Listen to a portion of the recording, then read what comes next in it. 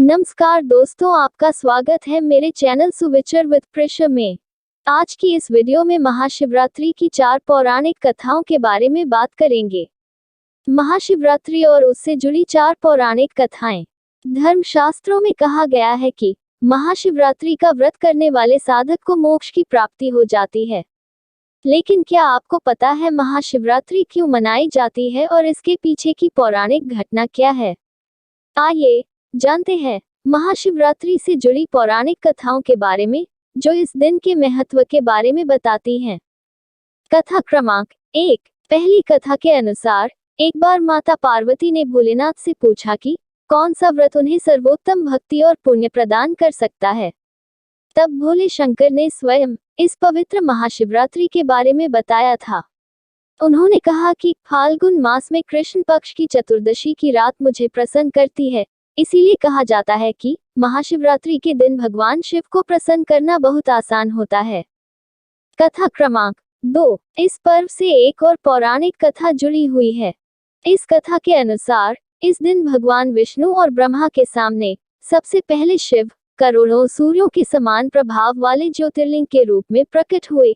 ईशान संहिता के अनुसार एक बार ब्रह्मा और विष्णु के बीच अपनी महानता और श्रेष्ठता सिद्ध करने पर बहस हो गई। तब भगवान शिव को हस्तक्षेप करना पड़ा और वह अग्नि के स्तंभ के रूप में प्रकट हुए। इस स्तंभ का आदि या अंत दिखाई नहीं दे रहा था। तब विष्णु और ब्रह्मा ने इस स्तंभ के किनारे और छोर को जानने का फैसला किया। ये जानने के लिए विष्णु पाताल लोक गए और ब्रह्मा अपने हंस वाहन पर बैठ गए और ऊपर की ओर ऊंचाई नापने चल दिए। लेकिन दोनों ही इसकी शुरुआत और अंत नहीं जान सके और लौट आए, परंतु तब तक उनका क्रोध शांत हो चुका था और उन दोनों के बड़प्पन का अहंकार चूर चूर हो चुका था। तब शिव प्रकट हुए और सभी चीजों का बहाल किया।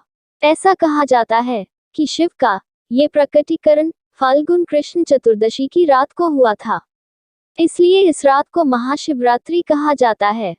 कथा क्रमांक 3। वही एक और पौराणिक कथा के अनुसार ये भी कहा जाता है कि मां सती के पुनर्जन्म में जब वह माता पार्वती बनी, तब मां पार्वती शिवजी को पति के रूप में प्राप्त करना चाहती थी और उन्होंने शिवजी को प्रसन्न करने के लिए कई जतन किए थे, लेकिन भोलेनाथ प्रसन्न नहीं हुए।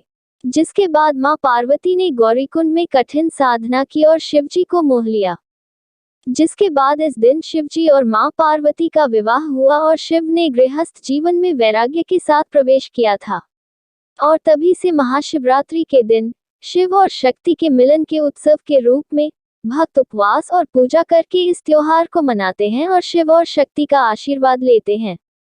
कथा क्रमांक 4। महाशिवरात्रि की एक और पौराणिक कथा के अनुसार समुद्र मंथन के दौरान अमृत और विष दोनों का कलश निकला था। विष का पात्र देखकर देवता और राक्षस दोनों डर गए, क्योंकि यह विष पूरी दुनिया को तबाह कर सकता था। दुनिया को बचाने के लिए देवताओं ने भगवान शिव से मदद मांगी और शिव जी ने सृष्टि को बचाने के लिए पूरा विष स्वयं पी लिया, लेकिन उन्होंने विष को निगला नहीं। विष को गले में ही रोक लिया, जिससे उनके गले का रंग नीला हो गया और शिव जी नीलकंठ कहलाए। ऐसा माना जाता है कि क्योंकि भगवान शिव ने दुनिया की रक्षा की थी, इसलिए आज भी धरतीवासी महाशिवरात्रि का पर्व मनाकर शिव जी के प्रति अपना आभार प्रकट करते हैं। भगवान शिव को महाशिवरात्रि अति प्रिय है और शास्त्रों में बताया गया है कि महाशिवरात्रि के दिन पूरी रात जागने से भाग्य भी जागता है और हमेशा उन्नति की प्राप्ति होती है। क्योंकि भगवान शिव मनुष्य के सभी कष्टों और पापों का नाश करने वाले हैं। भगवान शिव ही सांसारिक कष्टों से मुक्ति दिला सकते हैं और इसी कारण महाशिवरात्रि पर भगवान शिव की पूजा करने से जाने अनजाने में किए गए पापों की क्षमा और आने वाले महीने में भगवान शिव की कृपा प्राप्त होती है। ओम नमः शिवाय। अगर आपको हमारी वीडियो पसंद आती है और कहानी जैसे धार्मिक ज्ञानवर्धक कहानियां सुनना पसंद है तो चैनल को सब्सक्राइब करें और लाइक और शेयर जरूर करें। फिर मिलते हैं एक और नई कहानी के साथ। तब तक के लिए ओम नमः शिवाय।